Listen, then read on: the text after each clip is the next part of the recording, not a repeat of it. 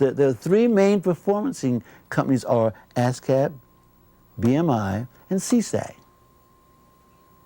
Okay, I belong to all three. See, but in a publisher, you have to belong to all three, because if the writer is an ASCAP writer, then I have to have it in an ASCAP publishing firm. If the writer is a BMI writer, it has to be in a BMI publishing firm. And if it's a SEASAC writer, it has to be in a SEASAC firm. A fellow named Archie Levington at the time was a publisher who published You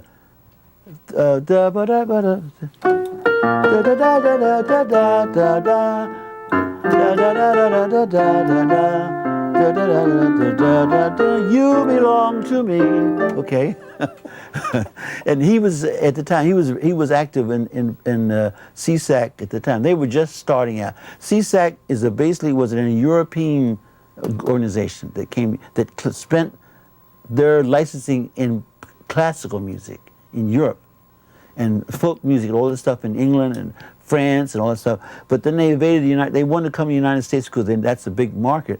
But they didn't have a big start. And most of the people poo-pooed. Most of the people said, SEASAC's a small label, because they didn't have a setup. And they were a company that was owned privately. Remember, BMI is a company that has a board of directors. Originally was owned by radio stations. Broadcast Music Incorporated. During the 47, I think, when we had the big song strike, we had a big strike against ASCAP, and that's when BMI started. And it started from Jimmy Dorsey, Tommy Dorsey, and a bunch of other band leaders who were recording. They wanted to record songs, and they didn't like the deal they were getting from ASCAP, so they started their own licensing company. Every time Ellington had a song that would come out, his royalties for a year would be $200,000 that he'd get from ASCAP, right? Rodgers and Hammerstein had 3 or 4 shows on Broadway and all the hits and so on. So they would get $200,000–300,000 a year for the song.